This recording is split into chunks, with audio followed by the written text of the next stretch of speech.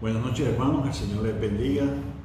Es una oportunidad hermosa que el Señor nos brinda para poder compartir de la palabra y aprender juntos de la enseñanza que Jesús nos deja. En este tiempo quiero tomar la oportunidad de presentarnos ante el Señor en oración para que el compartir sea uno de edificación mutua para el alma nuestra. Oramos. Bendito Señor y Padre Celestial, alabado y santo eres. Gracias te damos a ti por la magnificencia, porque eres Rey de Reyes y porque tienes control sobre todas las cosas. Gracias porque nos hablas a través de la palabra, porque te muestras a nosotros a través de cada cosa creada, porque tu voluntad se hace, Señor, y porque guardas y bendices a tus hijos. En esta noche, de forma especial, pido porque tú seas dándonos, Señor, esperanza, consuelo, que nos sintamos de tu mano de momento a momento, no importa las cosas que estén a nuestro alrededor. Gracias, Padre Celestial, por tu Hijo Jesucristo, porque nos hablas a través de Él, porque podemos ver, Señor, los cuidados que has tenido para con nosotros. Tu amor y tu gloria se extienda a través de cada uno de los hermanos y hermanas, a través de cada uno de los redimidos por ti, y aquellos, Señor, que se acercan a escuchar de tu palabra. En el nombre de Cristo. Amén. Esta noche, hermanos, vamos a estar compartiendo en el libro de Lucas, en el capítulo 21. Vamos a compartir los versos del 5 al 15. Y en el contexto de esta lectura, Jesús profetiza sobre el futuro de Jerusalén y del mundo. Y es una lectura hermosa porque vemos de labios del Maestro a sus discípulos y a cada uno de nosotros lo que es la previsión que Él tiene para con nosotros, lo que es la enseñanza y lo que es la esperanza que siembra, no importa las cosas que sucedan a nuestro alrededor. Y con esto vamos a tener la lectura en el nombre del Padre, del Hijo y del Espíritu Santo. Jesús predice la destrucción del templo. Y a unos que hablaban de que el templo estaba adornado de hermosas piedras y ofrendas votivas, dijo: en cuanto a estas cosas que veis, días vendrán en que no quedará piedra sobre piedra que no sea destruida. Señales antes del fin. Y le preguntaron diciendo: Maestro, ¿cuándo será esto? ¿Y qué señal habrá cuando estas cosas estén por suceder? Entonces dijo: mirad, que no seáis engañados, porque vendrán muchos en mi nombre diciendo: yo soy el Cristo, y el tiempo está cerca. Mas no vayáis en pos de ellos. Y cuando oigáis de guerras y de sediciones, no os alarméis, porque es necesario que estas cosas acontezcan primero, pero el fin no será inmediatamente.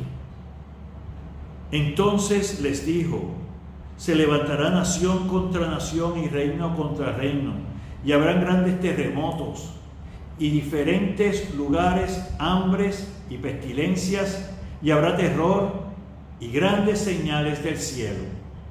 Pero antes de todas estas cosas os echarán mano, y os perseguirán, y os entregarán a las sinagogas y a las cárceles, y seréis llevados ante reyes y ante gobernadores por causa de mi nombre. Y esto os será ocasión para dar testimonio. Proponed en vosotros, en vuestros corazones, no pensar antes de cómo habréis de responder en vuestra defensa, porque yo os daré palabra y sabiduría, la cual no podrán resistir ni contradecir todos los que se opongan. Y que el Señor bendiga su santa palabra. Vemos en la lectura bíblica que Jesús le está hablando a los discípulos sobre la destrucción del templo y el fin de los tiempos. Así que Jesús le está dando a ellos una referencia de acontecimientos que iban a ser cercanos en términos de tiempo y de historia, como nos está hablando a cada uno de nosotros de cuáles son las señales que han de llevar a la segunda venida de Cristo y señales que llevarán al fin de nuestros tiempos. Y esto es importante porque vemos dos cosas que hace Jesús. Y es que, como respuesta a la pregunta de los discípulos, ¿cuándo será esto? ¿Y qué señal habrá cuando estas cosas estén para suceder? Vemos que en esta lectura Jesús enfatiza en la segunda. ¿Cuáles han de ser esas señales? Y toma también la oportunidad para darnos 4 puntos de enseñanza que vamos a compartir en esta noche. Pero sobre la primera, ¿cuándo será esto? Jesús no le da fecha, Jesús no establece calendario. Y quiero comenzar enfatizando en esta parte, porque en nuestros días hay una comezón increíble para determinar día, fecha, hora, en que el Señor ha de venir a buscarnos a nosotros. Sin embargo, el mensaje que lleva Jesús a sus discípulos es un mensaje que enfoca en cómo debemos responder nosotros ante todas estas situaciones, ante todas estas señales, que pueden ser interpretadas por el mundo de varias maneras. Pero ¿dónde está puesta nuestra esperanza? ¿Dónde está puesta nuestra fe? Él sabía que por causa de seguirle, los cristianos iban a ser perseguidos, iban a pasar por prueba e inclusive iban a perder la vida. Y tenemos los ejemplos en la iglesia primitiva, los primeros cristianos, cómo fueron perseguidos, cómo fueron atacados, cómo fueron enjuiciados, llevados a cárceles y hasta ofrendaron su vida. Pero esto de ninguna forma o manera detuvo el mensaje del Evangelio, la obra de salvación y redención a través de Cristo. De igual forma, Jesús nos habla a nosotros hoy. Desea que estemos preparados ante todas las cosas que ocurren a nuestro alrededor, todas las cosas que vemos y escuchamos. Las profecías de las Escrituras se van cumpliendo. El retorno de Jesús se acerca y el fin de los tiempos. Y es importante notar que en ambos casos, la destrucción del templo y el fin del mundo, las Escrituras enseñan que son los mismos pecados y los eventos que en el pasado motivaron el juicio de Dios, los mismos que aplican en nuestros tiempos. Por esto que las señales sobre Jerusalén y sobre lo que sucedió en ese momento también son similares a las señales que acompañan al fin del mundo. La diferencia es que en nuestro tiempo estas señales aumentarán y se intensificarán. Y a todo esto, a medida que vemos la descripción que da Jesús, entendemos y podemos visualizar, basado en lo que vemos en las noticias y lo que está ocurriendo en nuestros tiempos, cómo lo que Jesús profetiza, cómo lo que Jesús da como señales están ocurriendo y se están intensificando y están aumentando. Pero entonces es importante que nosotros miremos y establezcamos la siguiente pregunta: ¿qué hago como creyente para estar preparado? Combatimos en nuestro tiempo el peligro de la incredulidad. Al creyente se le trae por parte del mundo.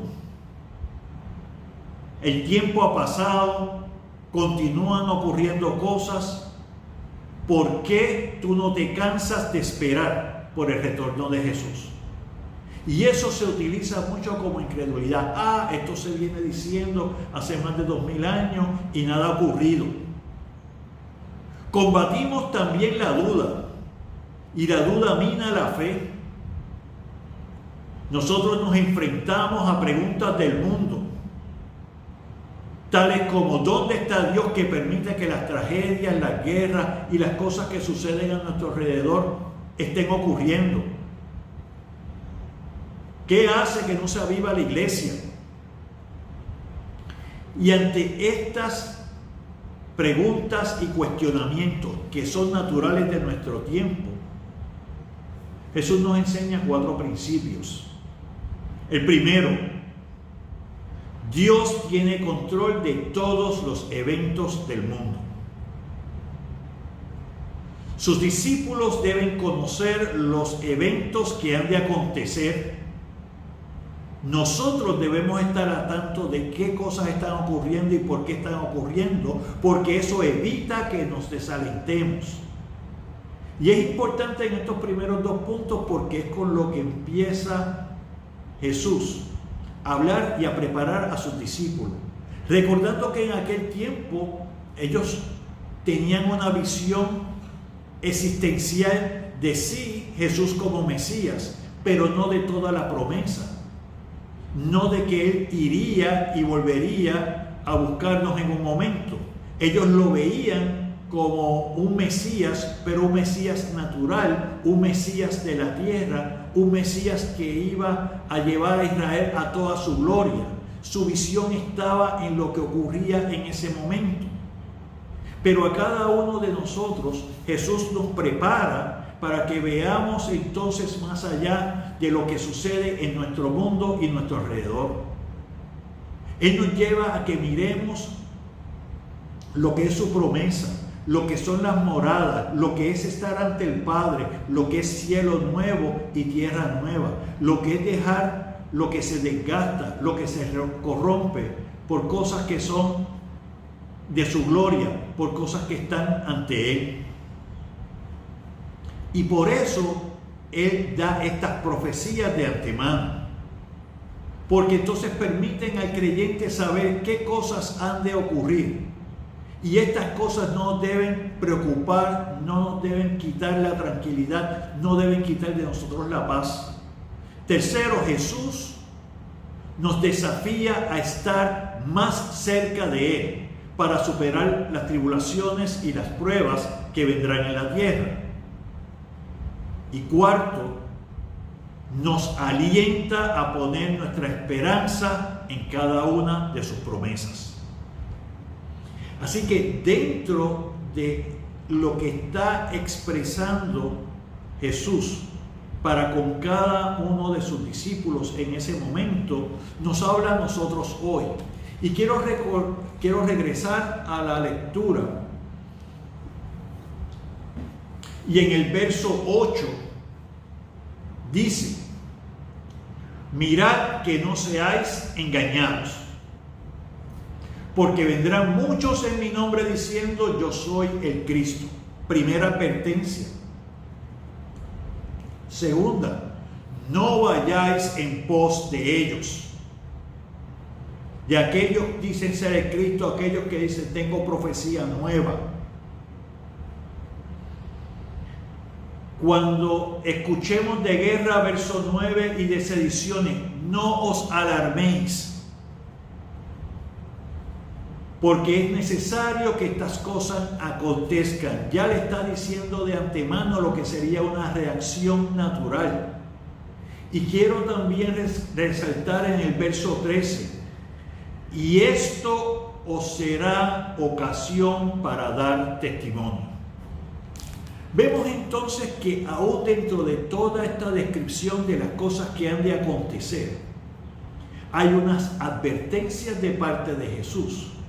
Pero además de estas advertencias para que estemos preparados, hay un énfasis de que a través de todas estas cosas que están ocurriendo, nosotros demos testimonio, y demos testimonio de Cristo, y demos testimonio de que estamos más cerca de Él para superar las tribulaciones, que podamos dar testimonio porque nuestra esperanza está puesta en sus promesas. Y si vamos entonces a la palabra en Tito 2, del 11 al 14, nos da a nosotros y nos presenta lo que es la diferencia entre el creyente y el que no cree. Y nos dice la palabra: porque la gracia de Dios se ha manifestado para salvación a todos los hombres, enseñándonos que renunciando a la impiedad y a los deseos mundanos, vivamos en este siglo sobria, justa y piadosamente, aguardando la esperanza bienaventurada y la manifestación gloriosa de nuestro gran Dios y Salvador Jesucristo, quien se dio a sí mismo por nosotros para redimirnos de toda iniquidad y purificar para sí un pueblo propio, celoso de buenas obras. Vemos entonces cómo Pablo, escribiéndole a Tito, hablándonos a cada uno de nosotros, pone un énfasis especial en que nuestros ojos deben estar puestos en la gracia de Dios, en ese regalo de salvación a través de Jesucristo. Y nos pide entonces que renunciemos a la impiedad y a los deseos mundanos, que renunciemos a las cosas que tenemos acá en la tierra. Esas cosas no son primero para nosotros. Y entonces, cuando lo miramos en el contexto de las cosas que han de acontecer, de las señales que Jesús habla, muchos pueden tender a perder la paz. Muchos pueden tener preocupación con esto. Muchos pueden mirar al lado, porque miran lo que nos rodea a cada uno de nosotros. Sin embargo, la palabra nos lleva a entender que debemos vivir este momento de una forma sobria, justa y piadosa, dando testimonio de lo que el Señor ha hecho en nosotros, dando ejemplo de lo que es su obra para con cada uno y con cada una, para que en nuestra reacción, en nuestra comunicación, las cosas que acontecen a nuestro alrededor no sean una de desesperanza, sino que sea una motivación más para que nosotros estemos más cerca del Señor, para que nosotros estemos arraigados en cada una de sus promesas.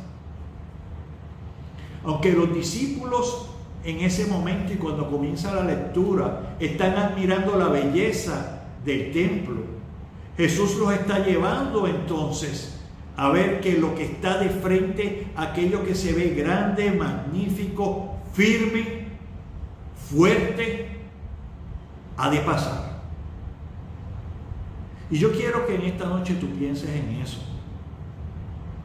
Tenemos la oportunidad de vivir hoy en esperanza. Tenemos la oportunidad de vivir hoy mirando al Señor, asido de su mano, buscando en Él la fortaleza, buscando en Él el entendimiento.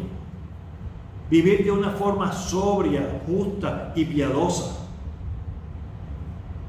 Y preparando entonces el Señor a los discípulos, le dice: miren estas señales. 1, habrá mesías falsos. Habrá muchos que afirmarán que son enviados de Dios. También harán afirmaciones de la liberación de Israel, de la liberación del mundo, de las cosas que ocurren. No te dejes engañar. El Mesías ya vino, y vino en Cristo como Hijo de Dios. Él es el único que nos da a nosotros salvación, y su reino no es de este mundo, sino que promete en aquel que cree en Él cielo nuevo y tierra nueva. Y a través de los evangelios vemos este mensaje de parte de Jesús. Cuando todos miraban a Jesús en las cosas que podía hacer en la tierra, cuando todos miraban porque multiplicaba los peces y el pan, cuando todos miraban porque Él sanaba a las personas, estaban perdiendo de perspectiva que en cada una de sus acciones, lo primero que Él atendía era el corazón y el espíritu de la persona o aquellos de quienes le hablaba. Y eso es muy importante, porque el corazón y el espíritu es lo que trasciende y trasciende el cuerpo, y es lo que nos va a llevar a nosotros ante la gloria de Dios. En Mateo 24, del 23 al 26, dice: entonces si alguno os dijere, mirad, aquí está el Cristo, o mirad, allí está, no lo creáis, porque se levantarán falsos cristos y falsos profetas, y harán grandes señales y prodigios de tal manera que engañarán, si fuese posible, aún a los escogidos. Ya os lo he dicho antes. Así que si os dijeren, mirad, está en el desierto, no salgáis, o mirad, está en los aposentos, no lo creáis. Y es el mismo Jesús dando advertencia sobre aquellos que se hacen pasar o hacen pretensión, y los hemos escuchado en nuestros tiempos, de que son la encarnación de Dios. Blasfemia más grande que esa no hay, y la hemos visto en nuestros tiempos. Segundo, la violencia mundial. Los conflictos entre naciones aumentarán, y los creyentes oirán de guerra, de terrorismo, de insurrecciones, de confusión entre gobiernos. Los creyentes pueden ser perturbados por todas estas noticias, pero ni debemos permitir que nuestros corazones sean turbados, y nosotros no debemos tampoco mirar a esta maldad como la maldad que impera, porque la raíz de toda violencia viene como resultado de la pasión, la codicia y la avaricia del hombre. Y ante esto Jesús nos habla a nosotros también, y nos dice en Juan 14 del 1 al 3: no se turbe vuestro corazón, creéis en Dios, creed en mí. En la casa de mi Padre muchas moradas hay, y si así no fuera, yo los hubiera dicho. Voy pues a preparar lugar para vosotros. Así que el lugar que prepara Jesús para con cada uno de sus hijos no es aquí en la tierra. Por eso es que no debemos apegarnos de todo lo que nos rodea. El Señor nos permite que tengamos unas cosas, pero estas deben estar puestas para su honra y gloria, y deben ser la base para que nosotros demos testimonio de cómo Él nos prepara y nos edifica. Y si me fuere, os prepararé lugar y vendré otra vez. Y esa es la promesa para contigo y para conmigo. Él viene otra vez. Y os tomaré a mí mismo, para que donde yo estoy, vosotros también estéis. Y esa palabra de os tomaré a mí mismo es poderosa, porque te hace parte a ti y a mí de cada uno de esas promesas, y nos hace parte de esa honra, de esa gloria que Él ha hecho para con nosotros.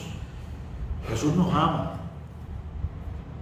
Dios ha mostrado ese amor, y Dios quiere que lo compartamos y que estemos con Él en la gloria. Todo momento reconociendo lo que es Él como creador y hacedor de todas las cosas. Así que hemos hablado y hemos visto cómo la violencia del mundo puede impactar cómo nosotros vemos lo que sucede a nuestro alrededor.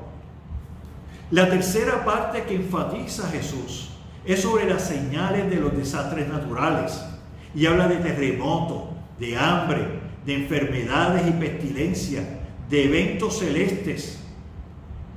Todo esto se cumplirá antes del fin. Como en un momento estas mismas cosas se cumplieron antes de la caída de Israel. Lo único que en nuestros tiempos y antes de la venida del Señor, estas cosas se intensificarán.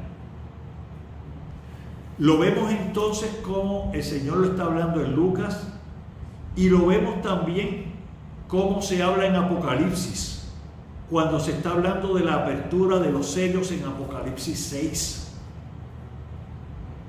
Allí se describe cómo luego de abierto este último sello, habrá un gran terremoto, el sol se pondrá negro, la luna se volverá en sangre, las estrellas caerán del cielo sobre la tierra.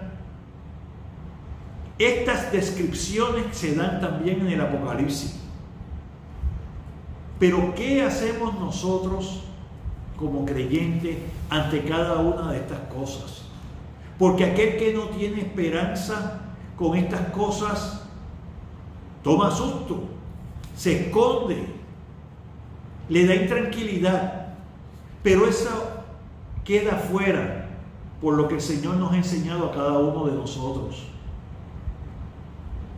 Así que nuestra confianza debe estar puesta en la enseñanza que Jesús nos da, de que Él tiene control sobre todas las cosas, de que Él nos prepara a nosotros y nos enseña las cosas que han de acontecer, de que Él es el que mira cada uno de los designios, Él es el que puede y Él es el que establece sus cuidados, así que nos motiva a que estemos unidos a Él en esperanza, para que Él nos cubra a través de su Espíritu. Y nos promete también en la palabra que ha de buscar a cada uno de nosotros para que estemos junto a Él por siempre. Y la cuarta señal que se presenta en la lectura es la persecución. Así que como creyentes, muchas personas le tienen miedo a esto. No es algo que vemos de forma directa, quizás donde vivimos y donde estamos, y damos gracias al Señor por eso. Pero podemos ver en nuestro tiempo cómo los creyentes, cómo los pastores, cómo aquellas personas que presentan la verdad del Evangelio son caracterizados, se utilizan en burla, hablan de ellos como personas que están anticuadas, que no atemperan su mensaje al tiempo, porque debemos cambiar la forma en la cual nosotros conocemos de la palabra. Y todos esos son avisos, y son avisos de personas que no tienen la palabra del Señor y no tienen la Biblia como la palabra de Dios. Y nos toca a cada uno de nosotros de velar y dar defensa por esto. Y eso puede ser causa para que las autoridades, tanto civiles como aún religiosas, lo tomen a los creyentes y traten de cambiar o traten de mover la verdad del Evangelio. Esto puede crear oposición. La persecución será por causa de Cristo.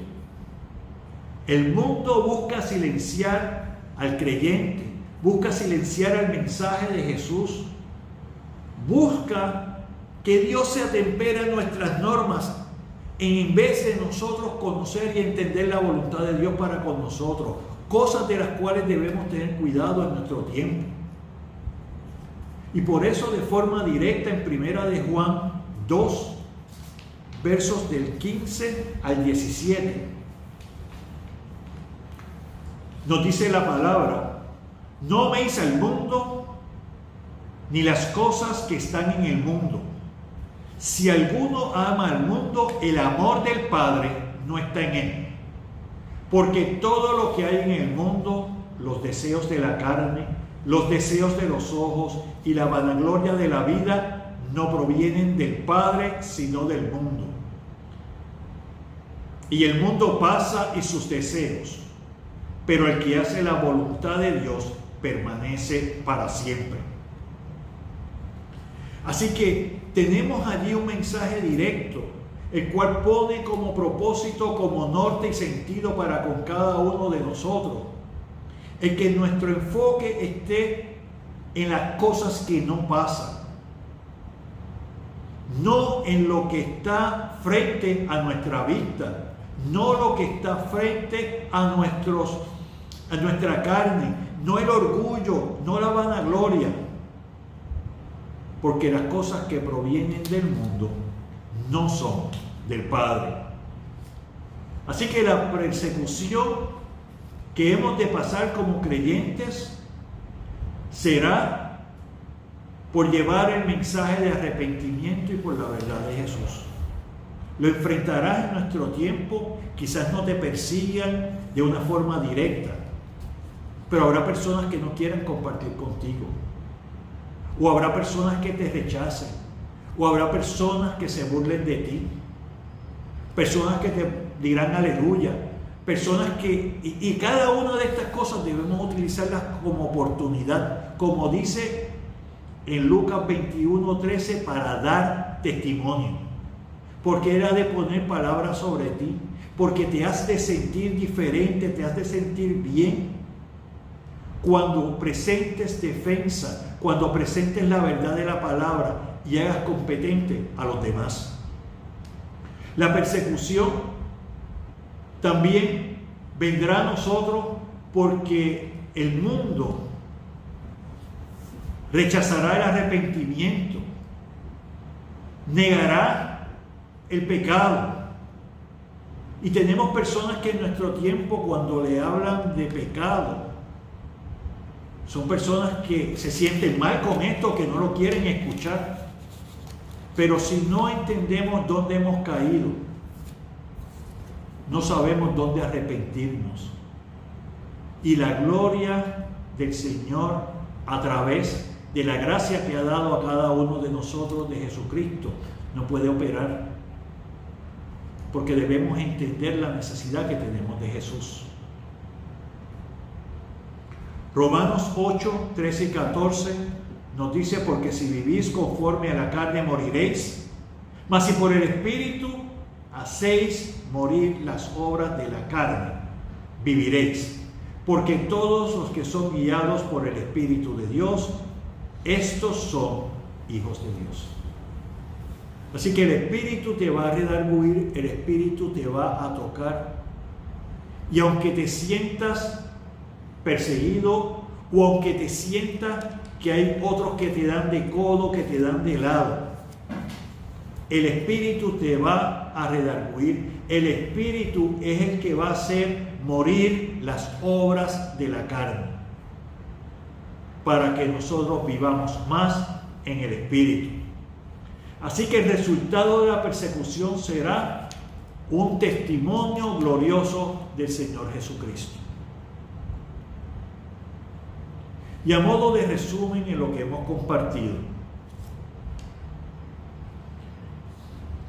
la misma lectura que tenemos en Lucas 21, en los versos del 25 al 28, nos dice: entonces habrá señales en el sol, en la luna y en las estrellas, y en la tierra angustia de la gente, confundidas. Y esas personas que han de estar angustiadas son aquellas que no tienen esperanza, que no han conocido, que no han estado frente al Señor, a causa del bramido del mar y de las olas, desfalleciendo los hombres por temor y la expectación de las cosas que habrán, que sobrevendrán en la tierra. Porque las potencias de los cielos serán conmovidas. Entonces verán al Hijo del Hombre que vendrá en una nube con poder y gran gloria. Amén y aleluya. Cuando estas cosas comiencen a suceder, erguíos y levantad vuestra cabeza, porque vuestra redención está cerca. Y quiero terminar con esto porque es Jesús hablándonos a cada uno de nosotros y diciendo: aquel que no tiene esperanza ha de esconderse, aquel que no tiene esperanza tendrá temor, aquel que no tiene esperanza está a la expectativa, a escuchar, a buscar, pero no hace nada por allegarse al Señor. Mientras que tú que has creído, tú que conoces la verdad, tú que has escuchado las señales que ha dado el Señor, es tiempo y es momento que como iglesia te levantes, como persona, como hijo de Cristo te levantes. Estés de frente, cara de frente, hables y des testimonio del Señor, porque Dios tiene control de todos los eventos, porque conocemos las cosas que han de suceder y no le tememos, porque Jesús nos desafía a estar cercanos a Él en todo momento. Nos alienta a tener esperanza en sus promesas. Y quiero que esta noche quedes tú entendido de que Dios te protege, te cuida en todo momento. Y Él vendrá a buscarte a ti para que donde Él esté, tú también estés. Oremos al Señor. Padre Santo, Padre bueno, gracias por la verdad de la palabra. Gracias por los cuidados que tienes para con nosotros. Señor, es hermoso ver cómo tú nos preparas, y nos preparas porque nos amas. Nos hablas de las cosas que han de acontecer. Pero como Padre Celestial, de una forma amorosa, también te presentas a nosotros como aquel que tiene cuidado, como aquel que ha de poner la palabra, como aquel que empezó la obra en nosotros y nos lleva y la ha de terminar y la ha de hacer perfecta. Porque vemos, Señor, cómo a través de la palabra tu Espíritu nos redarguye, porque tu Espíritu es el que hace que nosotros podamos de momento a momento crecer en ti, dejar de un lado las obras de la carne para que vivamos más en ti. Porque nos llamas en este tiempo a que vivamos de una forma sobria, justa y piadosa. Porque tú nos has cuidado, porque tú nos has amado y porque tú nos preparas para un día estar ante el Padre. Gracias por esto, en tu infinita misericordia y en el nombre de Cristo, bendice a tu iglesia. Amén.